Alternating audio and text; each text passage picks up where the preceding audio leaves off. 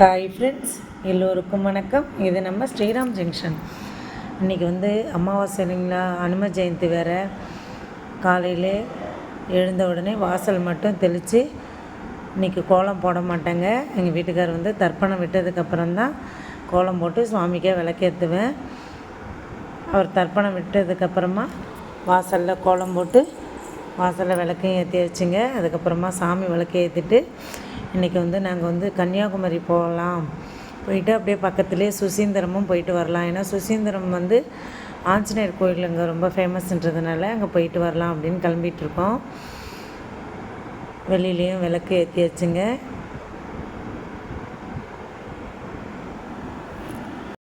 நாங்கள் கன்னியாகுமரி கிளம்புறதுக்கு முன்னாடி எங்கள் ஊருக்கு பக்கத்துலேயே இருக்கிற ஒரு ஆஞ்சநேயர் கோயிலுக்கு போயிட்டு வந்தோங்க. போயிட்டு அங்கே வெண்ணெல்லாம் வாங்கி கொடுத்துட்டு அப்படியே கன்னியாகுமரிக்கு கிளம்புனோம். ஆஞ்சநேயர் கோயிலில் ஆஞ்சநேயர் சன்னதிக்கு பக்கத்துலேயே ராமர் சன்னதி இருந்ததுங்க. ராமர், லக்ஷ்மணர், சீதா சமேத ஆஞ்சநேயரோட நல்லா அலங்காரம் பண்ணியிருந்தாங்க. இங்கே சுவாமி கும்பிட்டுட்டு நாங்கள் அடுத்தது கன்னியாகுமரிக்கு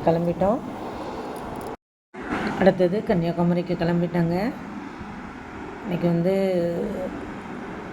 சிஎம் அங்கே ஏதோ பாலம் ஓப்பன் பண்ணுற மாதிரி சொல்லியிருந்தாங்க. சரி, கிளம்பி கொஞ்சம் தூரம் வந்ததுக்கப்புறம்தான் எங்களுக்கு ஞாபகம் வந்தது. சரி கிளம்பிட்டோமே, நிற்க வேண்டாமேன்னு சொல்லி போயிட்டுருக்கோம். கன்னியாகுமரி சேர்ந்துட்டோம். இன்றைக்கி பாலம் ஓப்பன் பண்ணுறதுனால ஒரு 2 கிலோமீட்டர் தள்ளி காரெல்லாம் நிறுத்த சொல்லிட்டாங்க. அதனால் கொஞ்சம் தூரத்துலேருந்து நடந்து நாங்கள் கோயிலுக்கு போகலாம் அப்படின்னு வந்துட்டுருந்தோம்.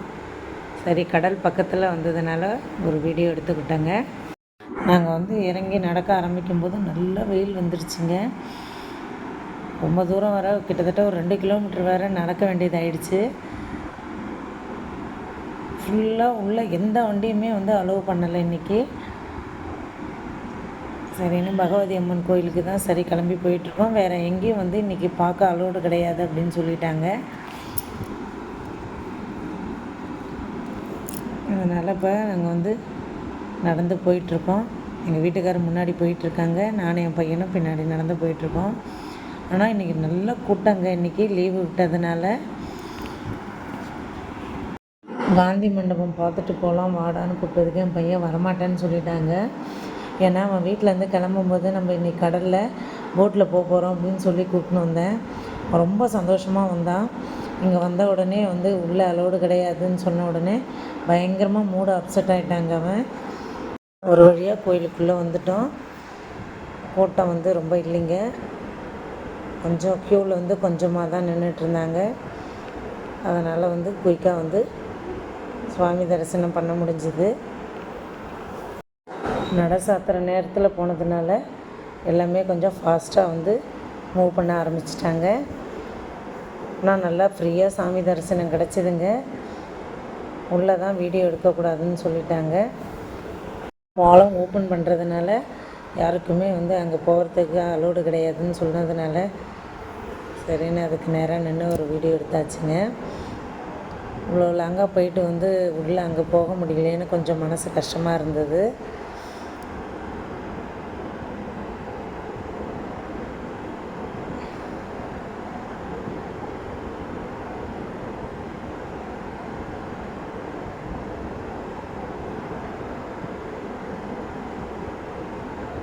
சரி, எப்படியாவது நெக்ஸ்ட் டைம் போகும்போது நம்ம அடுத்த தடவை இப்போ அங்கே போய் பார்த்துக்கலான்னு சொல்லிட்டாரு.